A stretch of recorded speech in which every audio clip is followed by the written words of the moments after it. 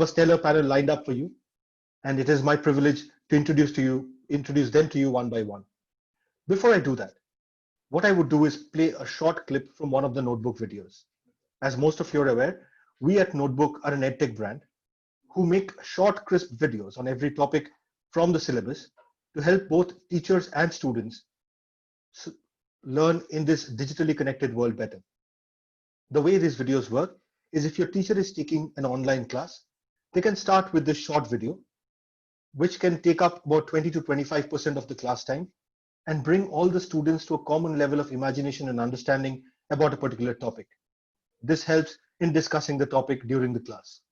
Months later, when the student is getting ready to write an exam, they have access to the same videos on their personal devices, be it a smartphone or a laptop. And then they can then go through these videos quickly to revise those particular topics. What I will do now is play a short clip of one of those videos to you. Given today's topic, we felt it was appropriate to play a short clip from the topic sound. That when energy is transferred from one form to another, one of the forms of energy it can be converted to is sound. When we press a doorbell, electric energy is converted to sound energy as the bell sounds. When we start a speaker, the movement of the speaker's membrane produces a sound. So sound can be produced and transmitted. Sound energy travels through water, metals, and all kinds of objects. It also travels through flesh and bones of human beings. As long as there is matter, sound can travel. Sound is transmitted as a wave. A visual representation of sound waves shows that a single molecule of air moves back and forth while sound is produced. This oscillation creates a sinusoidal curve, showing the displacement of the molecule back and forth. It is interesting to note here that sound creates a wave of particles in oscillation until it reaches the eardrums, so that the same vibration is produced in our ears and we can hear sound. So, as the example illustrates, sound is a form of energy that is transmitted through waves. These waves are created by oscillating air molecules that vibrate in points of time. Sound can travel through any object as long as there are particles. If a space is void, without atoms or molecules, sound waves cannot be transmitted. If it is a solid, sound waves can be transmitted faster as molecules are tightly placed between one another. Well, that, ladies and gentlemen, was a short clip from one of the various Notebook videos. There are videos for every topic of the syllabus from class 1 to class 12, and we would urge you to visit our site or our app and check out some of those videos for your students. With that said, it is now time to move on to today's proceedings. It is my privilege to introduce to you our first speaker of the day. Our first speaker today is Mr. Barrett. Mr. Barrett retired as the Deputy Headmaster from the illustrious Doon School in Dehradun after 44 years of serving in education. He served the Doon School as Housemaster, Head of Department, Head of Student Welfare, Dean of Activities, Deputy Headmaster, Second Master, and Acting Headmaster with great distinction. He also carried out a visioning exercise for the Doon School in the year 2011 through an in-depth study of a number of British public schools and various schools in the US. Mr. Burrett qualified as a leadership trainer at the Wellington College in UK in the year 2000. He is also an athlete, an adventurer, and a naturalist. Sir, it is our privilege to have you with us. Over to you. Thank you very much, Shubayu. I hope I'm audible, Shubayu. Loud and clear, sir. Yeah, thank you so much. And a very good evening to you, the entire Notebook team, our esteemed panel, and all those guests who've tuned in. Listening, interesting topic. One of the most fundamental human needs, I think, is to be listened to. Our human need to be understood and loved and heard is the most powerful need we know. As I speak, there are old people in old age homes dying, not of infirmity, but of loneliness, and nobody to speak to. There are marriages breaking up for lack of communication, and many a child contemplating suicide somewhere because there's no one he can talk to. Right from birth, we are listening to our mothers cooing and our fathers laughing. Even from within the womb, we can hear our parents chatter. And later, as we grow, we want them to listen to us and answer a plethora of questions that we as children have for them. Counselors and psychiatrists get paid to listen to other people's problems. No wonder we were born with 2 ears and 1 mouth. I think it was because we were meant to listen twice as much as we talked. Yet when I walk around school corridors, what do I hear? I hear teachers talking and children being asked to keep quiet. No wonder the new buzzword in education today is minimizing teacher talk time in the classroom. So some years ago, I was very fortunate to study under a wonderful man who taught me all I know about listening. And I was introduced to the concept of circle talk, where we sat in circles over weekend gatherings in remote secluded locations and listened to each one speak in turn. Circle talk originated from the shamanic Red Indian rituals, where tribes sat and shared the events of the day in the teepee. We learned how to be patient enough to sit quietly and hear all that the others had to say as they spilt out their hearts on issues like hate, anger, brokenheartedness, frustration, fear, and regret. The entire process was more therapeutic than I could ever imagine. So my mentor, Stephen Herman, my coach and mentor, he has also been the founder of the Mankind movement, which began in the US in the early 60s, which strived to give men the chance to speak with other men listening. Men broken by war at Vietnam, broken homes, divorces, children on drugs, loss of jobs. And Stephen brought what he had learned from the West Coast of US and the Mankind movement into a concept that he called the Boys to Men movement. And that is where I made my contact with Stephen. Today, there are many schools in the country that include circle talk time in their daily curriculum. And they say it is an invaluable tool to get children to understand. And it has also improved academics, reduced anxiety, suicide attempts, and also bullying. Now, good listening does have a few requirements. It requires one to have time to listen, time for children. It requires one to be confidential, to win the trust of the other. Of course, there are other add-ons like the correct body language, nodding at the right time, words of affirmation, smile, maybe a touch. Eye contact is important. And really, listening is using the heart more than the ears. I have in my years as a teacher and mentor, and after having studied under Stephen Herman, learned that listening streams from love, a love for the betterment of the other and the wanting the other to be the best version of him or herself.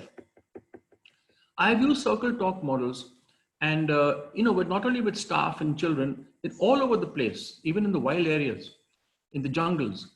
And I have been very surprised by the depth of sharing that I have seen in others. I have used up boxes of tissues when people break down when telling their stories of pain, sadness, regret, of failed love, anger, and frustration. Very often, it is in these listening sessions that people have important breakthroughs and find the support of the others who are non-judgmental, patient, and as fallible as all of us. The entire success of the Alcoholics Anonymous movement and its 12-point program that has changed the lives of thousands of addicts all over the world is based simply on sitting in circles and listening to the other stories. As a housemaster at Doon, where I had 50 boys under me in the 90s, I very often had to sit and listen without answering my phone, the doorbell, and paying attention to any other disturbance. Very difficult in these days to actually give your entire attention to somebody who wants to speak. I've had my best conversations with boys in my house, surprisingly, as I stood outside while they were in the toilet. And it was like a cubicle. There was anonymity and there was quietness. And this setting allowed the boy to speak to me without fear because he didn't see me and I didn't see him. Also, I used to drive them around in my car, around the quiet cantonment in Dehradun, and allowed them to speak their heart out. Because I found sitting side by side without making eye contact somehow allowed the boy to open up in a way that he might not have if he were in a room. And I think the worst thing you can do is to sit across a desk with a boy. That's much more a headmaster's way of reprimanding someone. The desk is a barrier. Why even Sigmund Freud sat behind his clients in a couch, in a chair while they sat or lay on a couch. He did not face them. And I said in the beginning, being heard is the single most important need. And many a marriage and friendship is broken up because one is not listened to. Now, listening with the heart and not only with the ears is not very easy. And to do so takes years of training. And while teachers are not meant to be counselors and therapists, I think most teachers, or all of us, should be trained in the art of listening. Now, listening without judgment, without our biases, and without bringing our preconceived ideas to the forefront. Now, really speaking, when one listens, or when I was taught to listen, apart from the occasional nod or the touch or a smile, we have to just keep quiet. One can give a little encouragement like, go on, I'm listening. There can be some affirmative words like, I know this is hard to share. There could be clarification where you tell the person, did you mean this? And there could be summarizing or paraphrasing where you check the other person and say, oh, so what you were saying is this? Otherwise, listening is just where you don't do much talking. And I have done some work with teachers where I break up into pairs and one person just listens without interrupting to the other person who shares something very deep and very real. And at the end of 10 minutes, 15 minutes, I've always asked these teachers how they felt. And very often their response has been, sir, this is the first time someone has listened to me. Now, one of the wrong concepts we hold about adolescents is that they want, all they want is their friends, and they do not care about teachers and adults. But my experience about them is very different, especially boys with who I've worked a lot. They're very sensitive creatures who put on a brave front, this I don't care a damn front. They are basically people who long for an adult, a caring elder, a mentor. And an adolescent wants nothing better than a mentor who he can trust and open up with. Now, if you look at movies like Dead Poet Society, Good Will Hunting, Finding Forrester, or the book Tuesdays with Moody, there's some of the books that come to mind where you see an adult mentoring a student. And a lot of mentoring is listening with the heart. Another word that I've picked up down the years as a teacher is containment. The word containment, which obviously comes from container.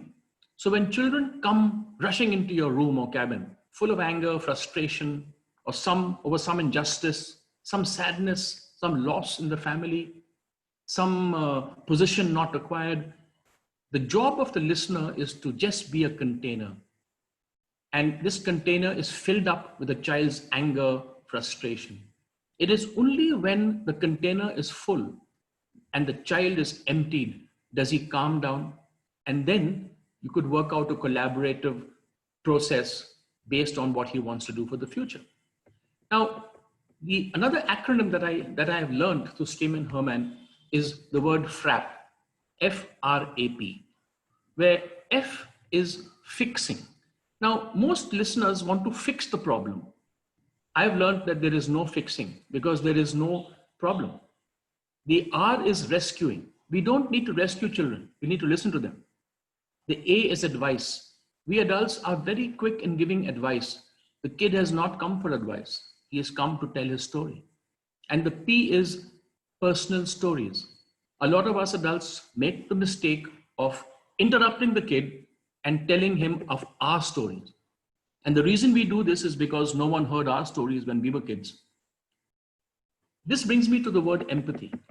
And the little I know of empathy, I've learned from a writer called Brené Brown.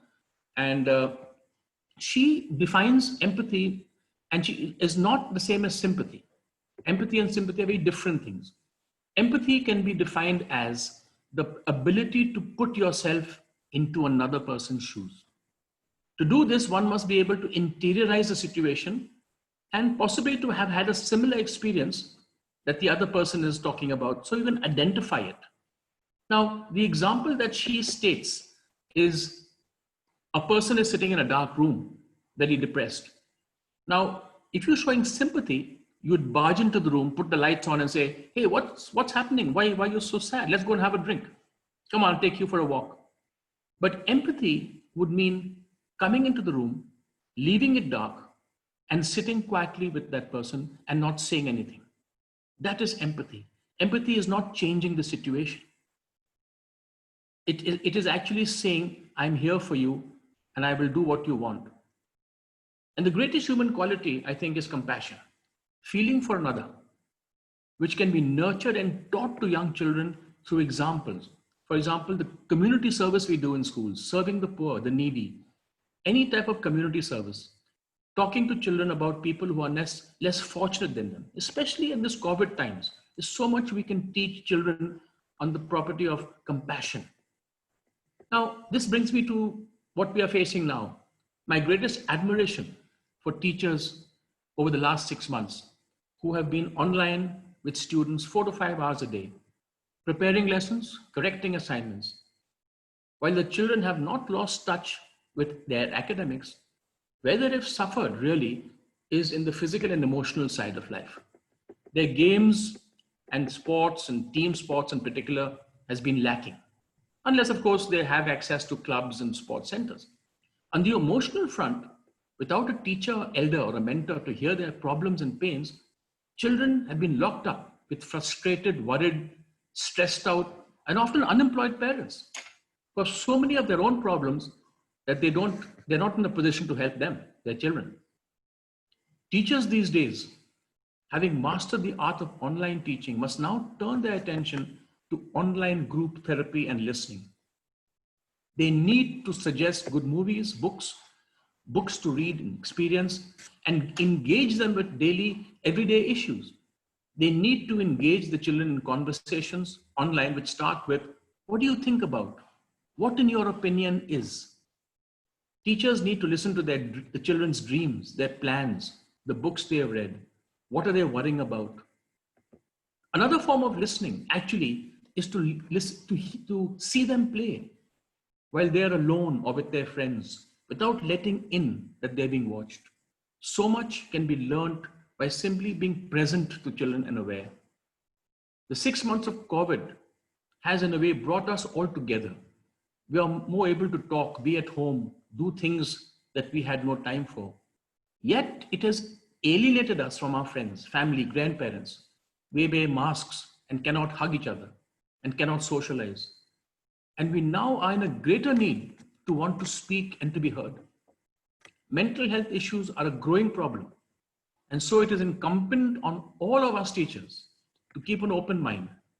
I mean, to keep our ears and hearts open and our mouths shut, which is what Subayu is probably wanting me to do right now. So Subayu, over to you. Thank you so much. Sir, of all things that I could possibly want, hearing you stop talking is not one of them.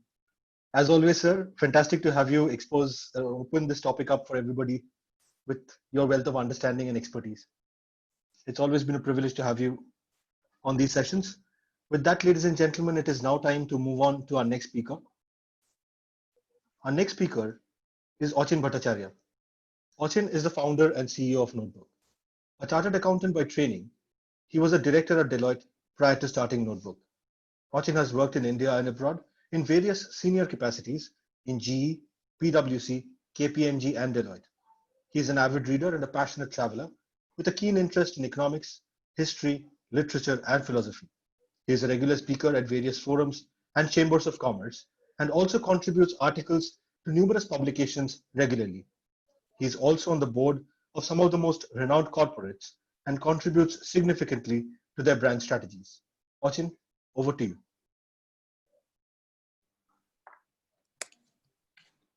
Good evening, everyone. Shubha, am I audible? Yeah, Ochin, loud and clear. I again welcome all of you to today's session on a topic which is very important. All of us indeed need to have the patience and tolerance to listen to the other person with an open mind and without any preconceived notion. There's an ancient and well-known philosophical riddle that asks, if a tree falls in the forest and no one is around to hear it, does it still make a sound? A scientific view is that while a tree will make waves in the air to make a sound, it takes an ear to hear it. My question is, if a person speaks in any forum and no one listens, is that really communication? Before I proceed further on this, let me first extend a very special welcome to our esteemed panelists, who I am sure will enlighten us on this very important topic. I believe that listening is the missing and more important half of communication. It is absolutely necessary but often ignored and overlooked. We live in an age we call the age of communication. Certainly, with mobile phones, chat platforms, tweets, emails, there's a lot of talking going on as we are all eager to put our point of view across. But how much listening can there really be with so much distraction and interruption? Now, from family feuds to arguments at school, from labor strikes to civil wars, we hear a lot of talking, but we don't hear a lot of real listening. We think of negotiation as being about talking. In fact, it's really about listening. If you study the behavior of successful negotiators, you find that they listen far more than they talk. After all, as Burrett also mentioned, we are given 2 ears and 1 mouth for a reason. We should listen at least twice as much as we speak. Now, but why listen? Why is it so important? There are many important reasons. Let me state at least 3. Now, why it's important to listen to any negotiation or conflict? The first is that it helps us understand the other side. Negotiation, after all, is an exercise in influence. You're trying to change someone else's mind. How can you possibly change someone else's mind if you don't know where their mind is? Listening is key. Now, the example, the reason as to why I'm referring to negotiation is because I feel that this is where our listening skills really come into play. Unlike popular perception that it's about your gift of gab, I feel listening is far more important. The second reason is just as important. It helps us connect with the other human being. It helps us build rapport. It builds trust. It shows we care. After all, everybody wants to be heard. The third reason is simple. It's a quid pro quo. It makes it more likely that the other person will listen to us. It's quite simple, right? If we listen to him or her, quite naturally, chances are more that the other person will also listen to us. Thus, it helps to get to yes. In short, listening may be the cheapest concession we can make in any negotiation. It costs us nothing and it brings huge benefits. Listening may be the golden key that opens the door to human relationships. How do we listen? It turns out that we often take listening for granted as something easy and natural. But in fact, at least in my experience, real genuine listening is something that needs to be learned and practiced every day. In ordinary listening, we are hearing the words. We are often thinking, where do I agree? Where do I disagree? What am I going to say in response? In other words, the focus is on us. In genuine listening, however, the spotlight moves to the other person. We put ourselves in their shoes. We tune into their wavelength. We listen from within their frame of reference, not just ours. And we all know that's not easy. In genuine listening, we listen not just for what's being said, but more importantly, for what's not being said. We listen not just to the words, but to what's behind the words. We listen for the underlying emotions, feelings, and needs. We listen for what the other person really needs or wants. Now, if listening is so useful, why isn't everyone doing it? To tell you the truth, it's not so easy. The real problem, in the way, what makes it so hard to listen is that there is so much going on in our minds. We are seldom at peace, and thus concentration is a huge challenge. There is so much of noise and distraction that we don't have the mental and emotional space to be able to truly listen to the other side. Now, how do we clear our minds? It may seem odd, but the secret is, if we want to listen to the other side, we have to learn to listen to ourselves first. What if, before an important, delicate, or sensitive conversation, we took a moment of silence just to tune in and listen to where we are? I believe if we do that, if we truly listen to ourselves first, we would find it a lot easier to listen to others. The final question is, if we listen more, what difference would it make in the world? I believe it would make a huge difference. We all have witnessed the enormous cost of conflict, broken relationships, families, stressed out workplaces, lawsuits. What always strikes me is the biggest opportunity we have actually is to prevent these conflicts even before they start. And how do we do that? It's not easy, but it always starts with one simple step: listening. The art of listening has never been as emphasized in any other part of the world as in the Indian subcontinent. Thousands of years ago, when the oldest form of language, Sanskrit, was codified and was still waiting to be scripted, the voice of the master, tuned with the listening skills of the student, were the only necessary criteria that allowed for complete learning to happen. It was called Shruti. Ancient rishis fell back on revelation through Anubhava or direct experience to deliver the knowledge of the sacred laws stated in the Vedas. So in India, the importance of listening has always been prioritized. With time and birth of scriptures, Shruti faded to oblivion, and reading, speaking, and expressing gained higher importance. It is believed that during the practice of Shruti, learners had an outstanding capacity of memory retention, as hymns and phrases uttered by gurus and teachers for hours were instantly and automatically memorized. In today's world, almost after 3,500 years of Vedic scripting and composition, the importance of listening has changed its dimensions.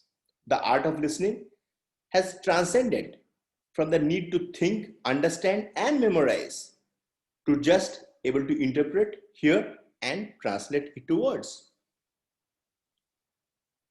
It's therefore necessary to differentiate between hearing and listening as we speak about this very important topic. While hearing is just being conscious of sound or the delivery of language, listening involves more of understanding and interpretation. Hearing is a sense, while listening is a skill.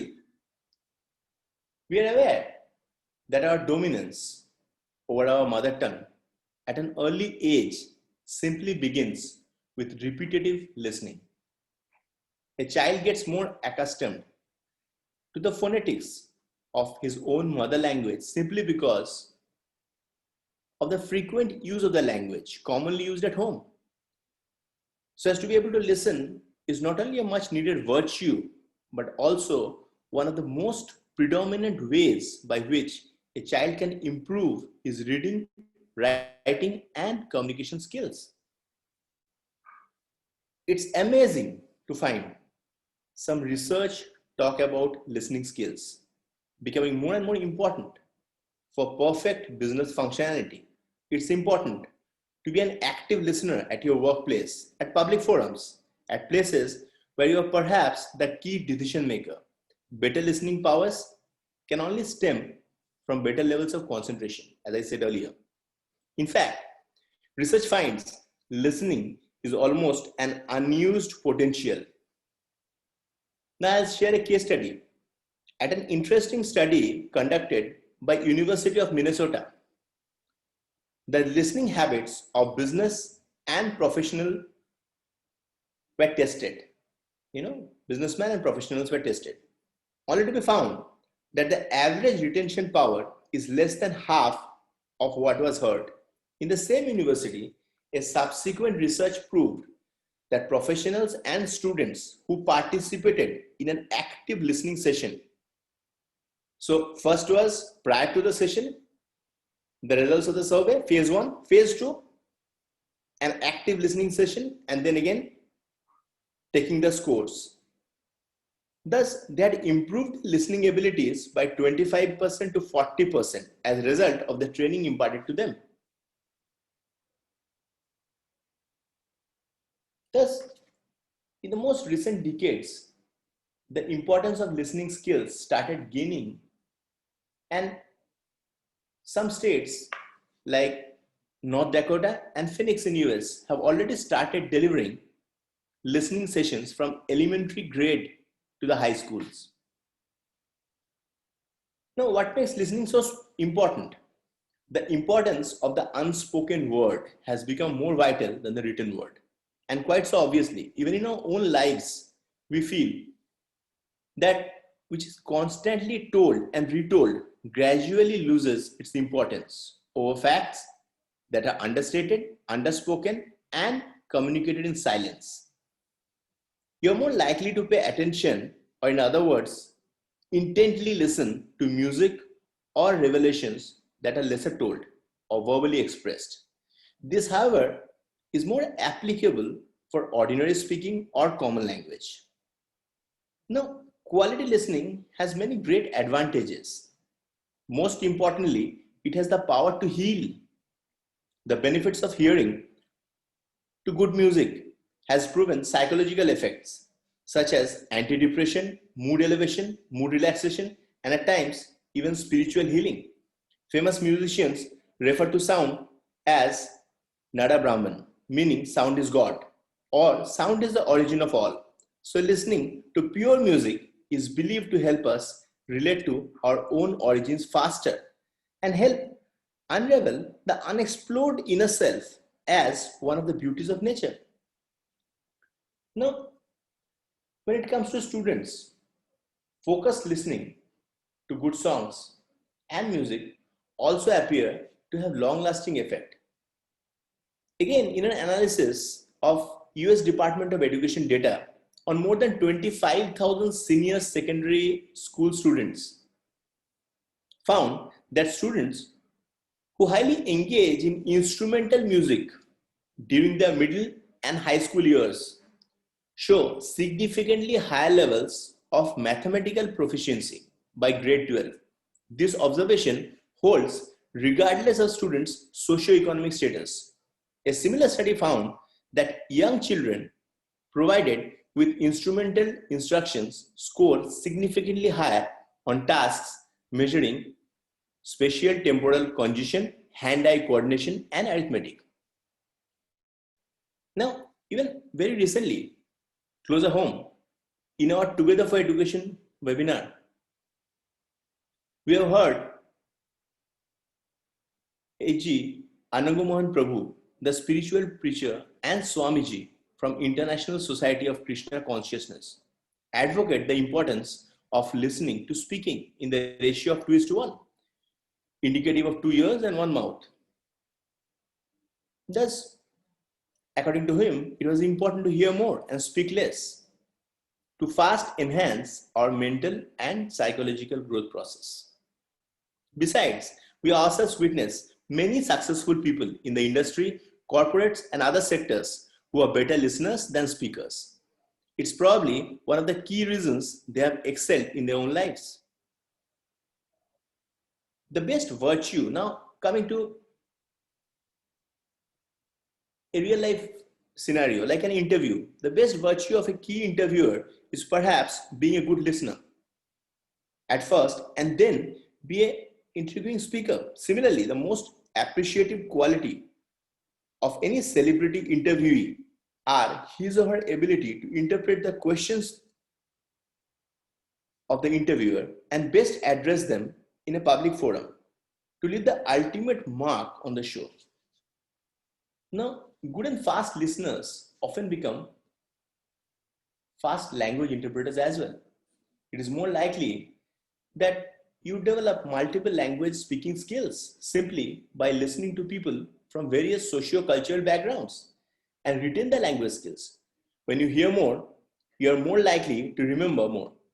And let's not forget the importance of Shruti, from where the science of language and Sanskrit began almost 2500 years ago. Now,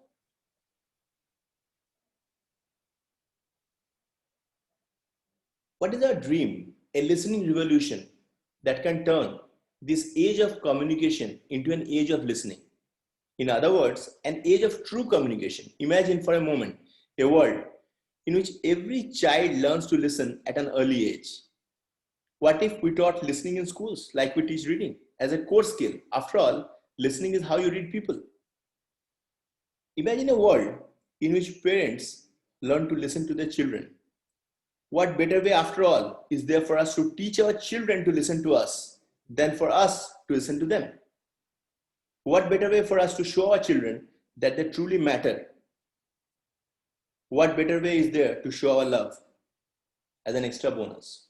Maybe we'd also see happier marriages and fewer divorces as couples learn to listen to each other. Imagine a world in which leaders learn how to listen to their people. What if we choose leaders based on their ability to listen, not just talk? What if listening becomes the norm in our organizations and not just the exception? What if on radio and TV, we had not just talk shows, but listen shows? What if we are not just peace talks, but peace listens? I firmly believe that we would get to a yes a lot more often. We might not eliminate all conflict, but we would avert a lot of fights and wars. Everybody would be much better off. While it may seem audacious, it's not that complicated. Listening can be a chain reaction in which each person who is genuinely listened to feels naturally inspired to listen to the next. Listening can be contagious. This chain reaction today, if we start this right here, right now, in your next conversation with a colleague, a student, a child, a friend, or a stranger, give them your full attention. Listen to the human beings behind the words. One of the biggest gifts we can give anyone is the gift of being heard. With the simple power of listening now, we can transform our relationships, our families, and our world for the better, year by year. I thank you all for giving me a patient hearing. And I'm sure that our esteemed panel that we have today will deliberate further on this topic. Over to you, Shubhai. Thank you, Ochin. Thank you for that wonderful presentation. As always, Ochin does a brilliant job of researching every facet of the topic and bringing it up before we go on to our guest panelists, which means it is now time that I introduce you to our guest speakers for the day. Our first guest speaker today is Dr. Dinesh Pratap Singh. Dr. Singh is the principal of the BRJD Public School in Churu, Rajasthan. He's eager to bring elementary students into the 21st century learner using a unique combination of 30 years teaching and training experience, coupled with 10 years of administrative background in school education. He holds a master's degree in chemistry and English and a bachelor's degree in education. He is a certified teacher for Cambridge International Examinations, a CBSE master trainer of classroom management, inclusive education and life skills, and a CBSE Center of Excellence district coordinator for trainings. Dr. Singh has been the winner of the National Award to Teachers 2014 by the Honorable President of India, the winner of Global Principal Hall of Fame Award, winner of the Rashtriya Shiksha Ratan Award 2017, winner of the Award of Excellence in Education by Honorable Education Minister of Uttar Pradesh Government, winner of the Global Teacher Role Model Award 2015 on International Teachers Day, winner of Cash Prize and Appreciation Letter from Village Panchayat for outstanding work amongst rural children, the I Am Kalam Award 2015 in the field of social work, presented by the retired General V.K. Singh, Minister of State, External Affairs, Government of India. He also represented India in the Asia-Europe Forum on Ethics Education in Beijing, China in July 2013, which was organized by the World Federation of UNESCO Clubs and Association and Chinese Federation of UNESCO Club. He has lectured on the effective approaches of ethics education in schools, and the same has been published in UNESCO Forum book. He is a winner of Appreciation Medal for Best Presentation on Ethics Education by Federation of UNESCO Club Italy, and he is the winner of Public Choice E-India ICT Award 2011 for incorporating digital learning by E-India Group of Publication. Sir, it is our pleasure and privilege to have you with us. Over to you.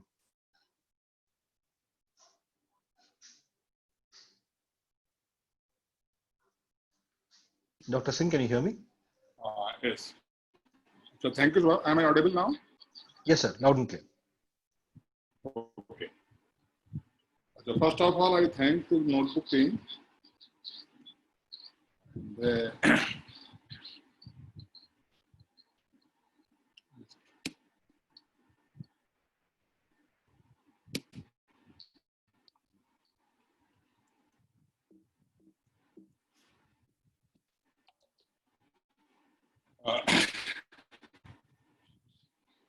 Just I was listening one of the best speaker of India, Mr. Philip Burrett, and the Achin too. They talk what I was thinking, and nothing is left to me to speak. The only I have to share my experiences. When we talk about the today's topic, listen to respond. The very unique things, or we can say it is the mantra of the life skill. All the success of the life, all the failure of the life is due to the reason listen to respond or not listen to respond. When I was preparing for this, so then I just read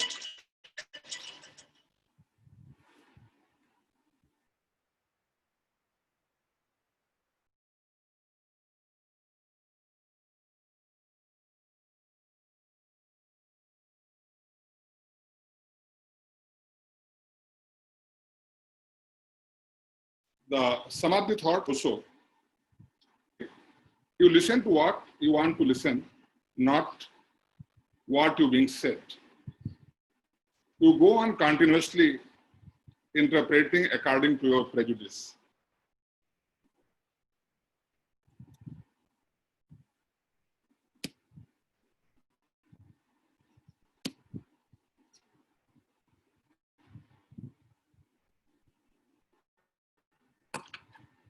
Am I audible?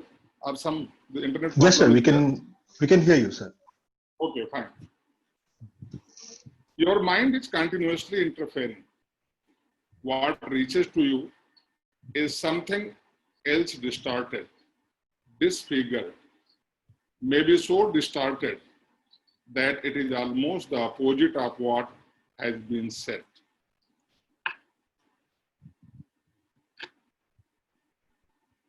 Then it is the general complaint. It is the complaint of the child that parents are not listening. It is the general complaint of parents that children are not listening. The students complain, teachers are not listening. Teachers complain, students are not listening. Employee says, boss is not listening. Boss says, employees are not listening. So then, what is the a solution of it. The solution is that one has to learn the art of listening. It is difficult art. And the greatest difficulty is that everybody thinks he or she knows it. And these are the two different things. So different that unless you start listening, you will never know this. Then the question is, how the other will listen. That there is a small story of the Lord Buddha's life. From this school of Buddha, two of the disciples graduated theoretically, and for the practical, Buddha sent outside and commanded that to go outside and spread the Buddhism. Both the disciples were very happy. They went village to village, the one day or 2 days, and they got frustrated. They came back and told to Buddha that, sir, Guruji, nobody is listening to us. That the villagers, they are illiterate, they are not knowing anything, they are not good for the Buddhists, and they are not listening us. What to do? Buddha asked, okay, come tomorrow. And on the next day, after the prayer, both the disciples asked, sir, you just give the solution. How we go and what the mode we this adopt so that the other will listen. Buddha asked, bring 2 pots. The 2 pots were there. Then he asked, put the water in it. In both the pots, they filled water. In one pot, he asked, put the salt in it. And into the other pot, put the oil in it. Then Buddha asked to the disciples, okay, what is your observation? They said, sir, it's simple. Salt is dissolved and oil is floating on the surface of the water. Buddha said, have you got the answer of your question? They said, no. Then Buddha said, as a speaker, if your behavior is just like a salt, and if you will absorb into the heart of the listener, then they will listen. And if your behavior is just like a oil, then they will not going to listen. So then in the conversation skill, listen to respond. One is listener. And on the same time, he is a speaker. When you are responding, then you are a speaker. And when you are listening, then you are listener. Then listen to respond. It is the simple art of communication. When we talk about the listen to respond, so then it is the combination of 2 skills, listening skill and speaking skill. And when we connect these 2, listening skill and speaking skill, so then it comes under the heading of communication skill. And if our communication skill is good as a speaker, as a listener, so then we have the complete life skill. When we talk about listening, it is said, listen to respond. Listen not to react. Generally what happens? During the course of the listening, we are reacting. We are not responding. There are the 2 famous examples as the Achin quoted this Shruti and Smriti. The Shruti result the Veda and the Smriti result the Mahabharata. In the Mahabharata, I am taking the two examples. Listen to respond. Arjun was listening to respond. The Lord Krishna, he was the great speaker. And Arjun listening was to respond. Result, the victory of Pandava. And Duryodhan listening to react. Even he was not ready to give 5 villages. That's the simple request of the Lord Krishna. So then his listening was for react. So then listen not to react, result, defeat of the Kaurava. So then when we listen to respond, then we will get the victory, we will get the success. When we will listen to react, then we will get the defeat. At the school education, when we talk about the children, in the practical way, parents and teachers are the protagonists of the student life story. Most of the time, the student want to listen. Most of the time, the student want to listen. But unfortunately, teachers, we as a teacher and we as a parent, we are not listening them. We have our preconceived idea. As a result, what is happening? Negative peer pressure. A couple of days back, there was the webinar on this issue, negative peer pressure. I am very thankful to this team notebook that their topic is the very, very relevant. The wonderful topic they are taking from the life of the student. And one of the negative, this outcome of the lack of ability to listen to respond is due to the negative peer pressure. And this negative peer pressure develops when the teacher and parent are not responding, they are not listening to the student. When we talk about the listening, when we talk about the speaking, to speak to connect, not to contact.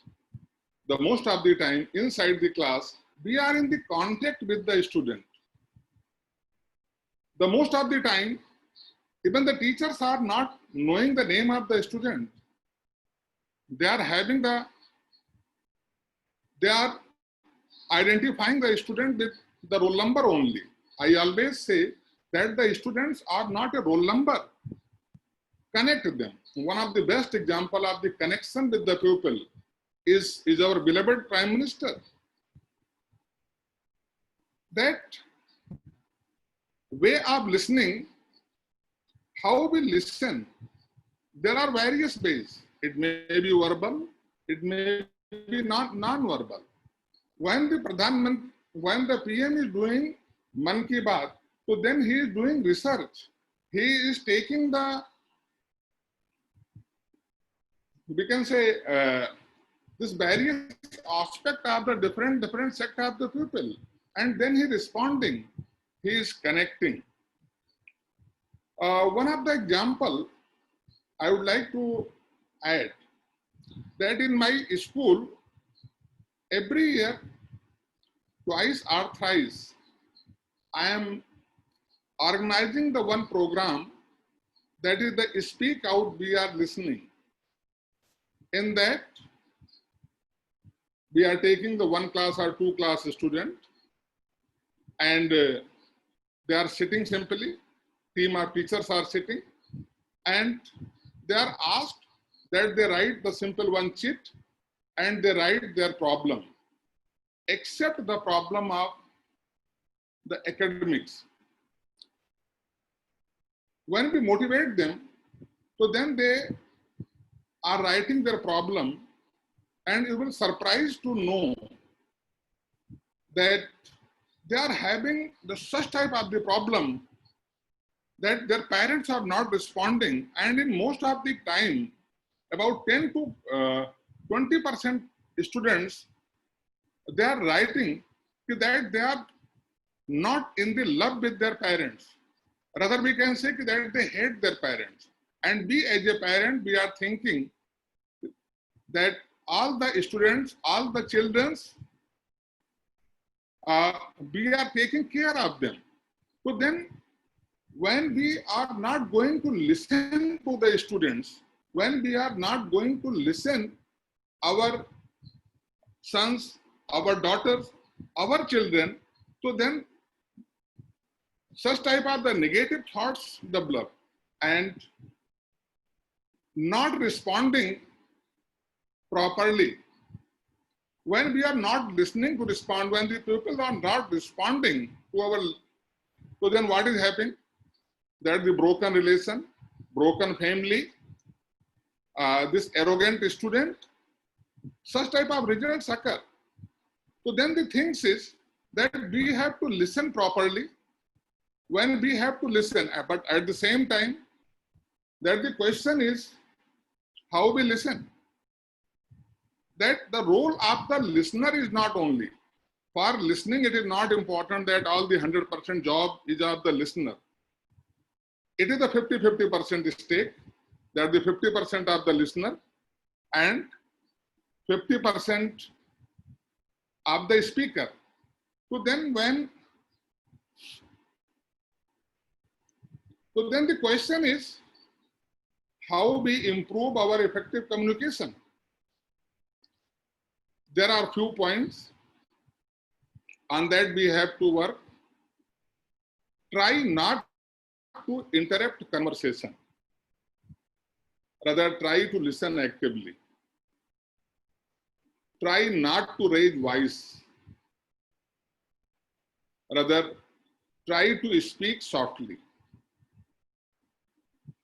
Try not to call people by names other than their actual name. This is the very important part for the teacher. Sometimes we are using the nickname inside the class, and that creates indiscipline. Rather, try to show respect toward the other person. Try not to blame, force, or threaten other people. Rather, try to emphasize with the audience. Look elsewhere while someone is speaking to you, eye contact. Rather, make your eye contact with the other person. Assume that you understand everything. Don't try. Try not to assume that you know that you understand everything. Rather, try to ask questions to gain a better understanding. And don't try to make quick judgment.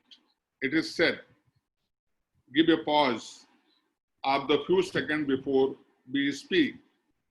All the problem will be solved. So then try not to make a quick judgment.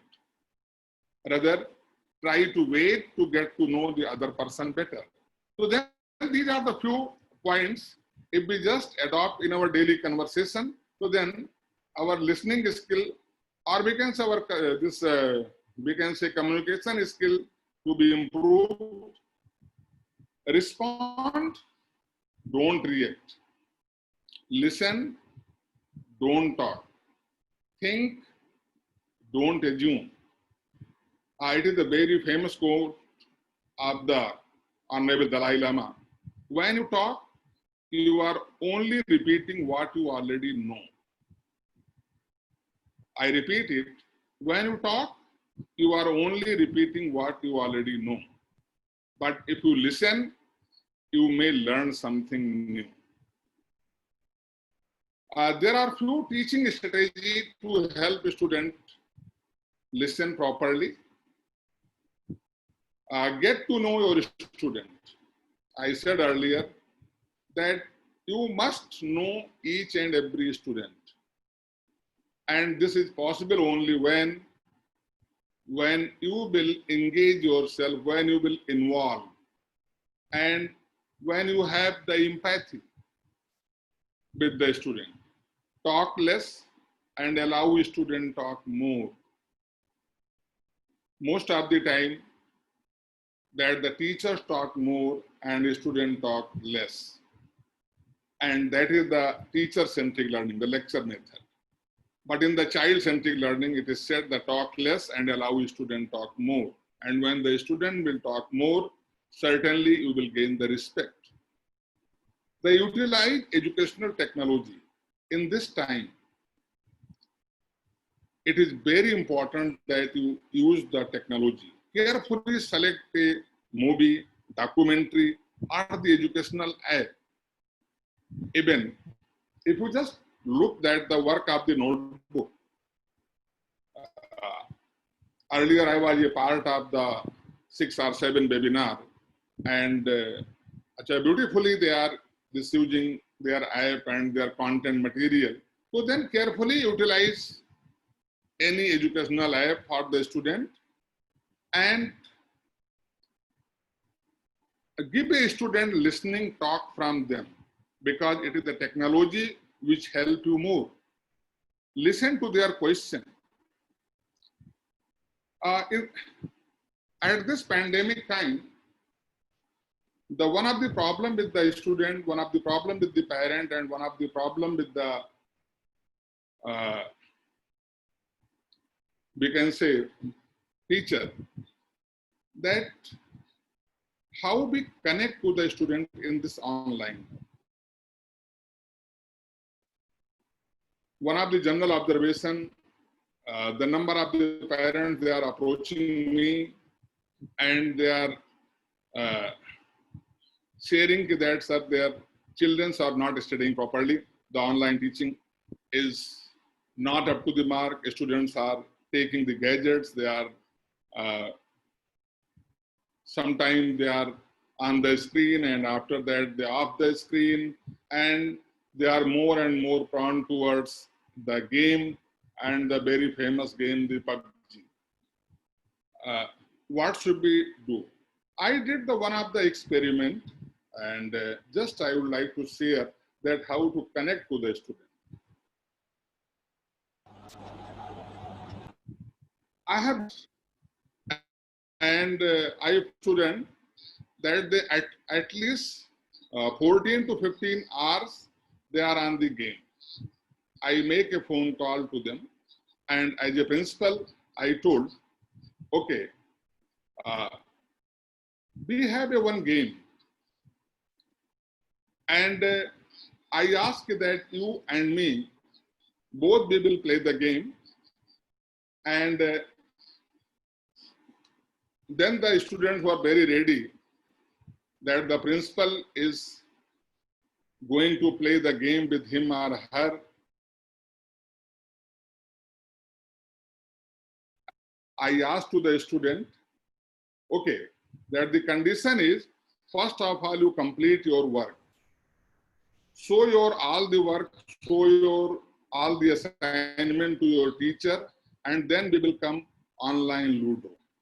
And in this way, when I played, normally I have to lose, that the students are always winner. And in this way, I have developed the one group, that the principal group of the player, and the student who is more and more prone to the PUBG and other games. So then, slowly and gradually with the one game, or we can say that when I have to play other game with the principal, so then they are this is spending less time on that and spending more time on the study. So then, this is the simple way that how we connect to them. Connect them and we will get the result. So listening is an art that requires attention over talent, spirit over ego, and other over self. If we wish that other will listen well to us, then we have to speak well. It is said, ऐसी वाणी बोलिए मन का आपा खोए औरन को शीतल करे खुद भी शीतल हो.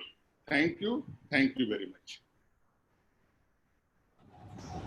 Thank you so very much, Dr. Singh. First of all, thank you so much for attending all of our webinars. It's so heartening for us. We have been organizing these webinars week after week, and it's so heartening to see somebody who's attended those webinars and taken away value from those. And thank you for your wonderful presentation.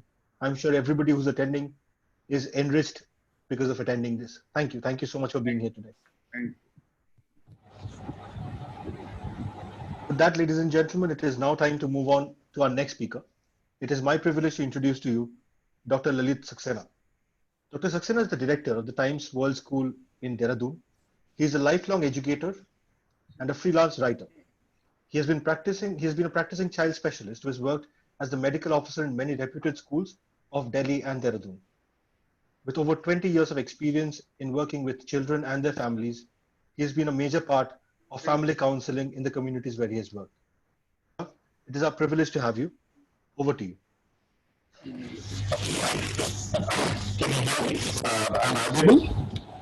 So there's a bit of disturbance on your line. Could we do an audio check once more? Hello. Yes, please. Yes, sir. No. Perfect now. Thank you. Thank you, Dr. Singh and Mr. Roy as well.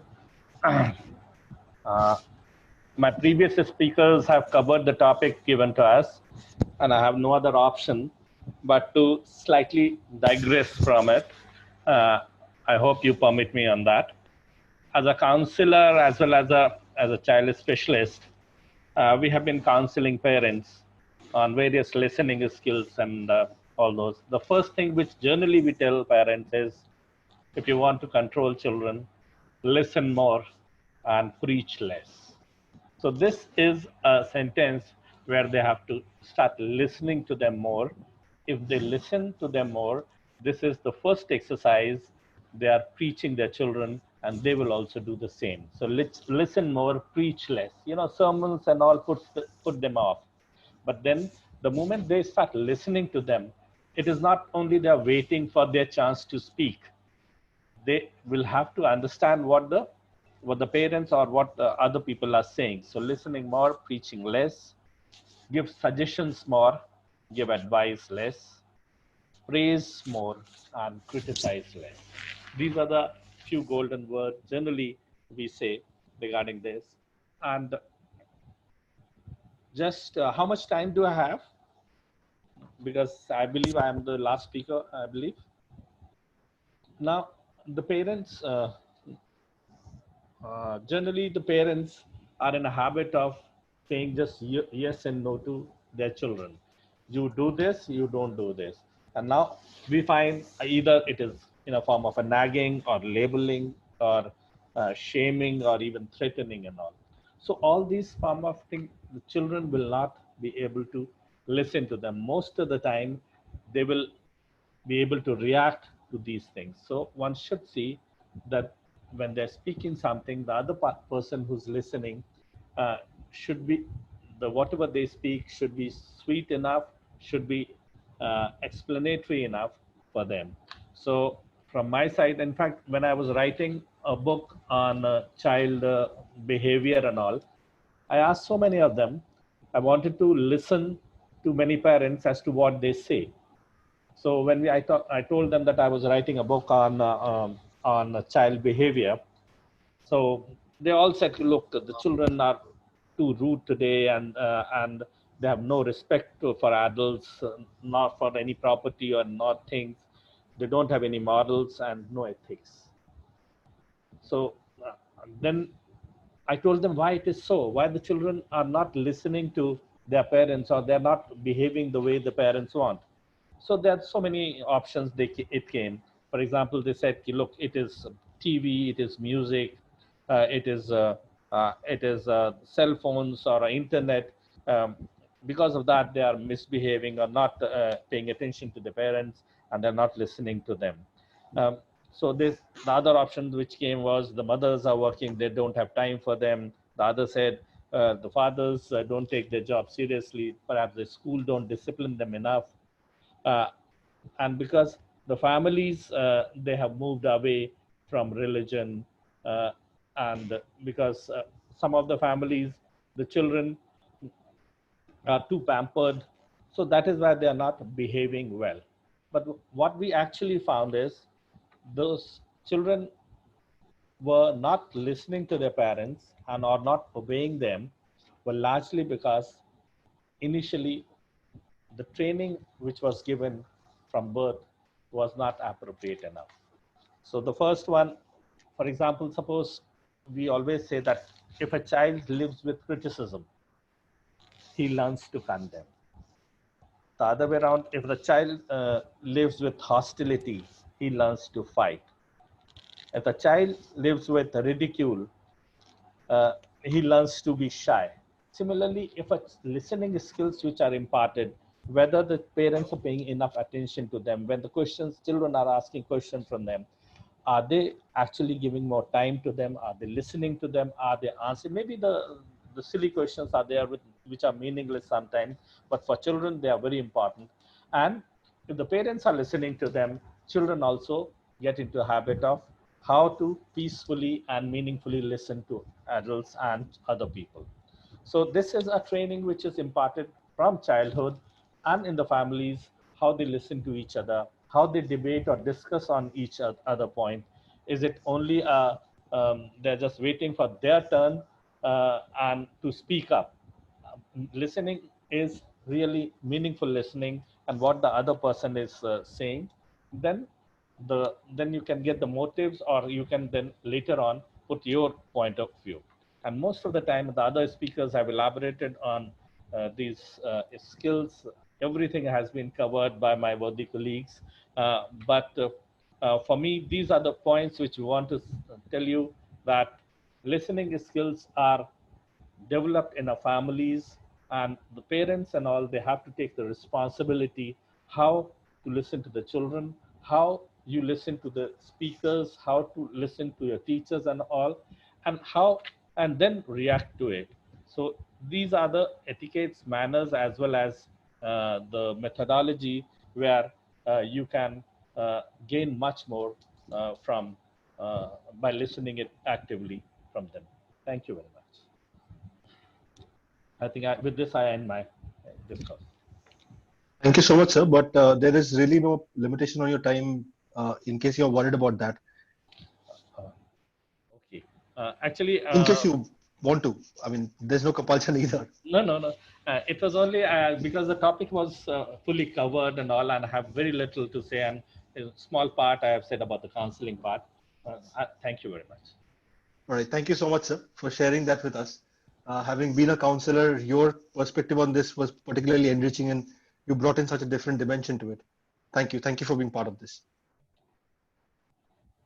Well, ladies and gentlemen, with our guest panelists having spoken, it is now time for me to hand you over to Ochin for the vote of thanks.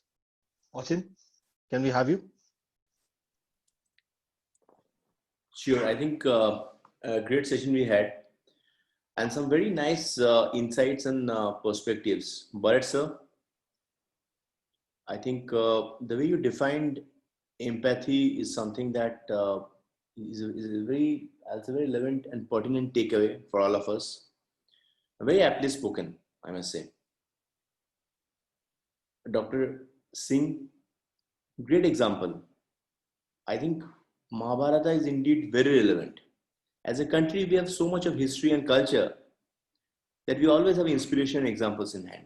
I think I found your examples very relevant. And you very rightly mentioned that if we don't listen to our children, negative thoughts are bound to develop, resulting in broken families. And the way teaching strategies, I think all the points that you made were very relevant to help students listen. Dr. Saxena, thanks for sharing your relevant experiences. Real life experiences really helps. And listening is really meaningful, no doubts about it. And I think to sum up what you said is the takeaway for the day, that listening skills are indeed developed in families. And here, all elders, parents, and even school teachers have a huge responsibility, because these are skills for lifetime. I think very well summed up. So I'll say we really had a great session and some important takeaways. The relevance and importance of listening needs no elaboration. We all understand that it's something which is really important and can help solve many conflicts and disputes if in the first place we are ready to listen without any baggage, any preconceived notion, with an open mind and with a flexible approach. So all it needs is receptivity, flexibility, and tolerance. I think great session. Thank you all for attending this. Thank you and take care. Goodbye.